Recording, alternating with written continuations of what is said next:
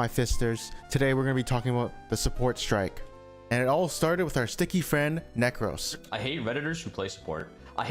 This is why I hate support players, guys. I hate support players because they are literally allergic to good takes. They're just fucking morons. They're idiots and I fucking hate them. I hate them. They never have any good takes. It's exactly what ruined Overwatch. Why is Overwatch shit? Because it's just dominated by supports. It's because Blizzard caved in and listened to fucking Redditors.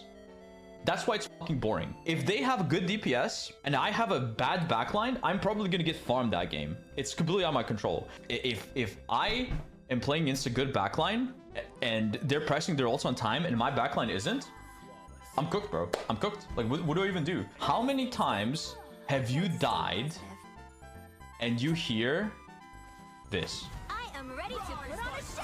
How many times have you died and you hear that? It pisses me off so fucking much. This shit pissed me off so much. For real, I can't lie.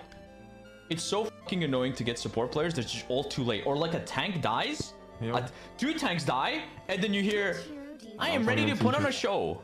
Yay, yeah, put on a show for my fucking, for their cold, dead corpses. Support's a turn off your brain roll. I agree. 100%. It's a lot easier to play. After this happened, this is what the Marvel Rivals community said about it and had over 12,000 upvotes. This is a bit too long, so I ChatGPT'd it to summarize it. Basically, it said, with the recent Marvel Rivals support strike, a lot of us are speaking up because the disrespect has gone too far. Streamer Necros called support mains idiots and morons on stream.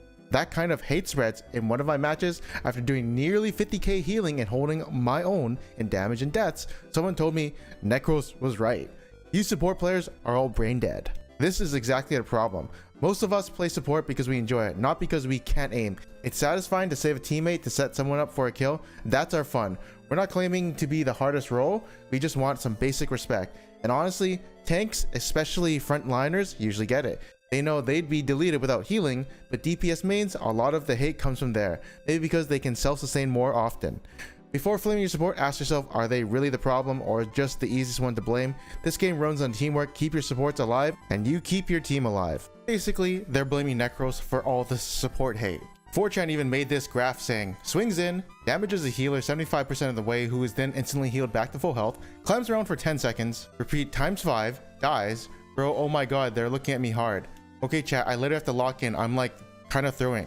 Dies again. Gaga. Alts. Oh my god, it's so sticky. It's everywhere. Why do people even watch this guy? So after all this community backlash, he doubles down and says supports do actually suck. I will be honest, bro. I will be honest. When I think about it, let's all collectively give our opinions at the same time. So I'll ask you guys, who do you guys think on average are the worst players on the team? Which role typically has the worst players? If I asked you guys, you guys are saying that ironically. You guys know it's the support players, bro. You guys know it's the fucking support. It is not deep. Shut the fuck up, Chad. You guys are just trying to be funny. You guys are trying to be funny. You're just rage baiting me. It's just support players. They are just okay.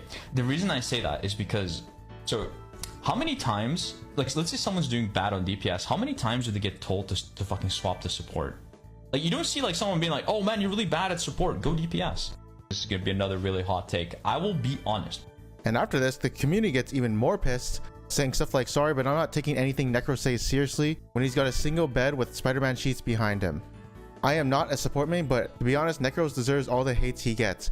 Playing brain dead ass flankers and thinking his opinion matters, Spidey players legit have no brain. 4-eyed no job having ass bum. Someone even made a TikTok that goes like this. But 472 as to why strategist players don't want to play strategist anymore, because you have a dude that plays nothing but Spider-Man talking shit about a role that he has literally never played in his life. These are the types of people that ruin games and shouldn't be allowed to make content or have opinions. I challenge this dude to play an entire season as anybody else but Spider-Man. If it's so boosted, then I want to see you boost yourself to one above all using only strategists. Watching a guy who plays nothing but Spider-Man try to give an opinion on a strategist role is like hearing a water boy say that the quarterback is useless. How about we see that water boy put on a helmet and go play quarterback for an entire season before he starts talking shit? So let's see it, Necros. Nut up or shut up. People are even posting clips where Necros gets owned by supports in spite of him calling support players bad.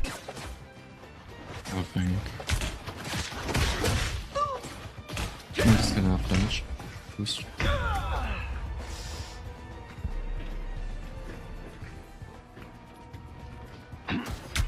All I'm gonna say.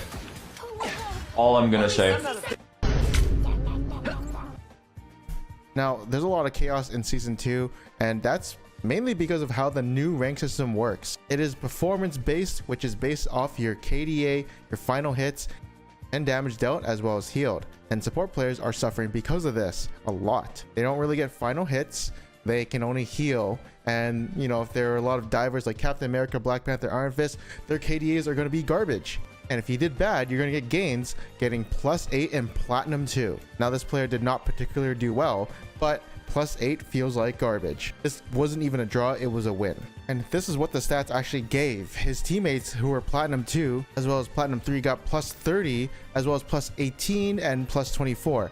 He only got +7, and you can see the rank disparities is pretty high. Like, the enemies are all golds. He does have platinum players, but it's crazy because his platinum players got literally +18, 30, and 24, while he only got +7. He may have not had a lot of healing, but the enemy didn't either. And also, it looks like he did swap off DPS to play support, and again, it's a +7. So that is crazy. Like, his KDA is not even that bad. It's literally the lowest deaths on the team, and he still got +7. I even got some crazy examples that I see that support players are having in my games. For instance, look at this. Our MVP was literally Luna. She is Celestial 2. She only got +15 for this insane performance against other Celestial players. And she only had 3 deaths, the least on the team.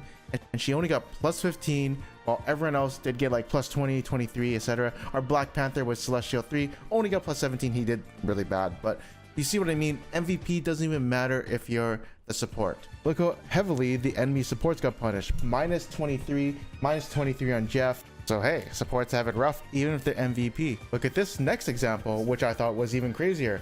Look at this guy named Ricky, Rocket Raccoon. Only +12 Celestial 3 in a Celestial lobby / GM1. He has the second best KD on his team. He doesn't really have too much healing or damage, but he also has 1 death.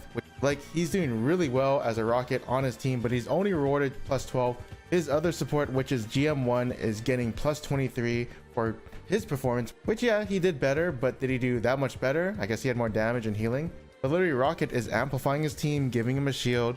Rocket players don't do damage. Luna players are beaming the enemy team as well as their own teammates. So how is this fair for the Rocket who just only gets +12?